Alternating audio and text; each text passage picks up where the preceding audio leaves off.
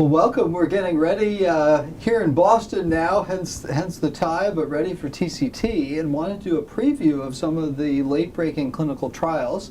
I'm Chris Cannon, joined by my friend and colleague Deepak Bhatt, who will be there and covering all of these trials. I think headlined by some big ones on Tuesday that begin with the SAFE PCI study, one of these registry-based trials. Yeah, it's an interesting, as you said, randomized clinical trial embedded in a registry that examines radial versus femoral access in women to see which one is safer. So an innovative concept using registries to examine important questions.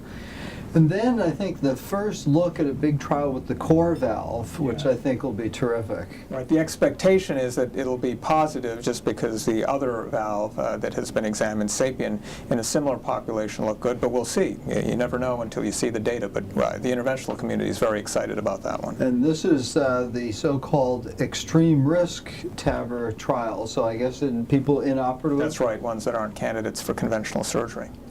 Well, that's terrific. Then I guess the following day, the EuroMax trial looks at ambulance-based bivalve versus 2B3A as sort of a new look in STEMI patients. Exactly. So this will give us another assessment of bivalve root and whether it reduces bleeding risk compared to conventional therapy in the setting of STEMI and primary PCI. This one's got a European flavor to it, and there is some upstream therapy, as you said, starting in the ambulance. So some differences from the Horizons trial, which had also examined a similar question.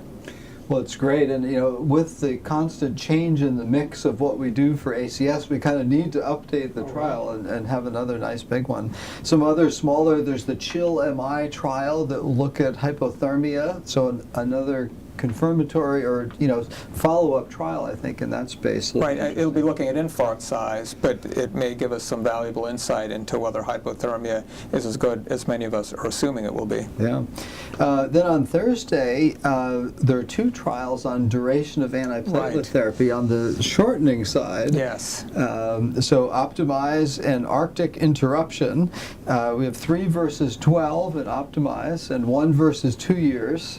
So between those two trials, we should have, I hope, a refinement of exactly what the right duration of dual antiplatelet therapy should be in stented patients. So that should be very exciting. And I suppose we'll have to look also, does it depend on the stent used? Right, yes. I mean, that's the complexity when talking about dual antiplatelet therapy and duration. There's the presence or absence of a stent, there's the type of stent, and then there's also the underlying milieu. Was it an acute coronary syndrome or not? So a number of factors.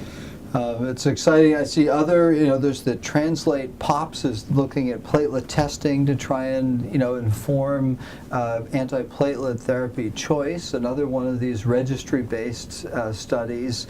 The GIANT trial that looks at P2 or CYP2C19 genetic profiling, and so that's always a... Yeah, hopefully these trials will provide some clarity into whether platelet function testing and genotyping is actually clinically useful. No one's actually been able to prove that yet in these trials, but we'll see what these two new ones show. Yeah, so it looks to be a terrific meeting at TCT. We'll have all of this and more covered during the meeting, and look forward, and please come back and check all of the new stories.